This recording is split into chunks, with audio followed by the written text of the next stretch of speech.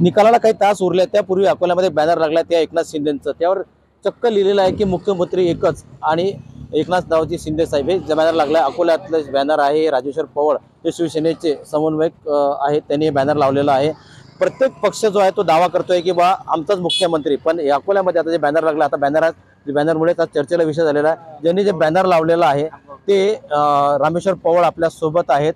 नेमकं त्यांच्याकडून आपण हे करू की सर, एक बॅनर तुम्ही लावला आहे, नेमकं काय सांगाल?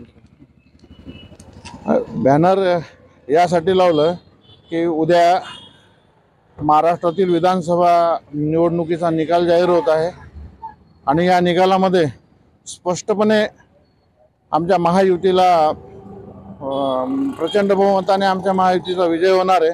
त्यामुळे आदरणीय एकनाथरावजी शिंदे साहेबच मुख्यमंत्री होणार, म्हणून या विश्वासाने आम्ही कार्यकर्त्यांनी हे बॅनर लावले। या बॅनर जे लावलं आहे, बॅनरची पूर्ण आता शहरामध्ये चर्चा सुरू आहे की नेमकं बॅनर जे लागलं आहे म्हणजे मुख्यमंत्री कोण होणार हे सगळीकडे चर्चा असताना अकोल्यात एकनाथ शिंदेचा बॅनर लागल्यामुळे आता हा चर्चा उद्या आलेला आहे। गणेश सोनवणे, मराठी, अकोला।